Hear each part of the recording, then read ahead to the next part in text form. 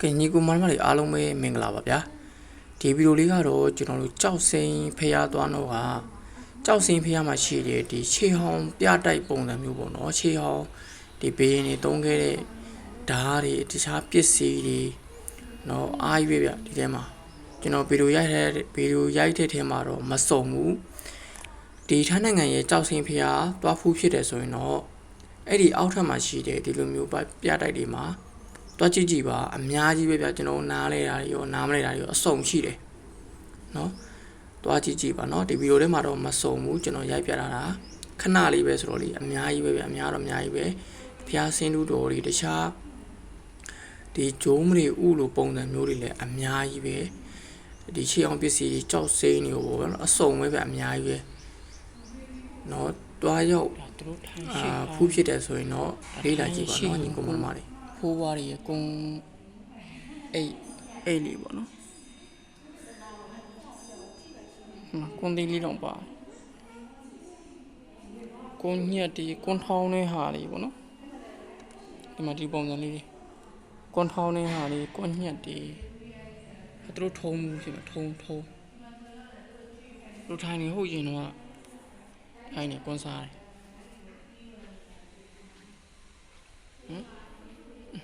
ဟုတ်ရင်သူတို့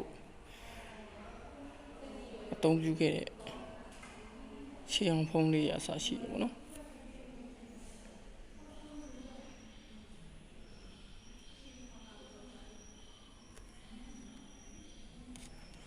ဒီမှာဒီပုံစံလေးရှိ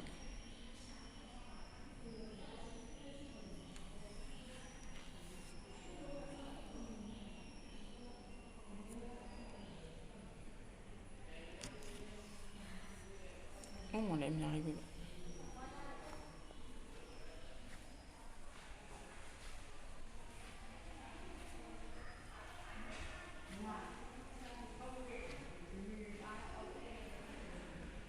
ဒါသူမြေဦးပုံစံလေးပေါ့နော်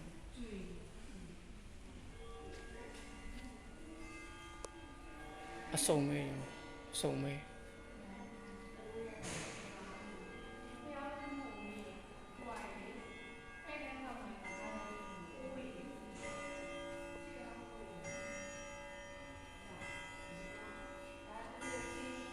ဒီက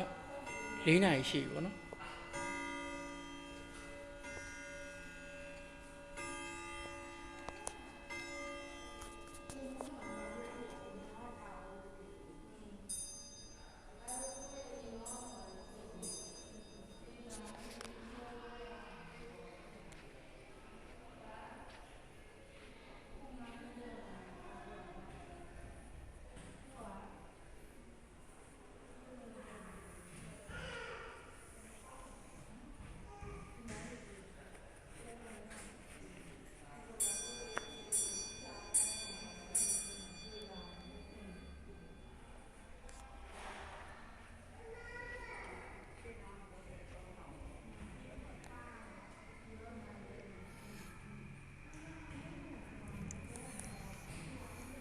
ဒါတွေကတော့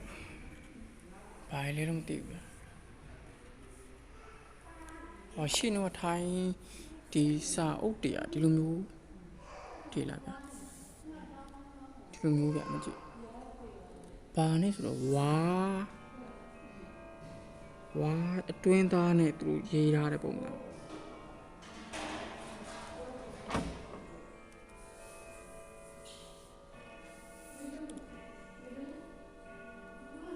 ဒါထိုင်းစာလည်းမဟုတ်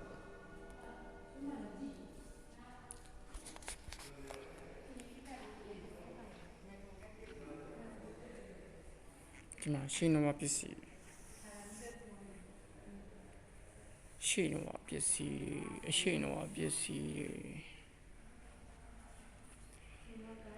စာရိုက်တဲ့စက်တွေ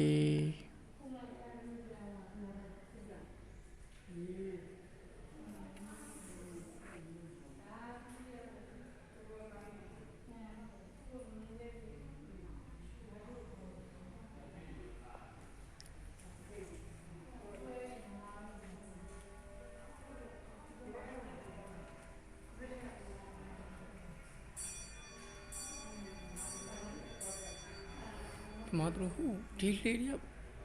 အသုံးပြုခဲ့တဲ့လှေတွေလားမကြောင့်လှေလေးတွေတေးလေးနော်ဟောလူထိုင်လို့ရတယ်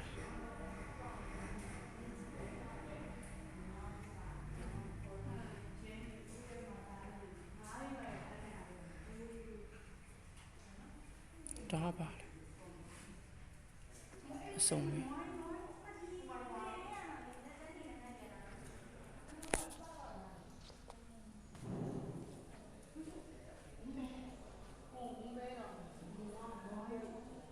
မသူအရင်တော့ဆင်းအိုးပုံစံမျိုး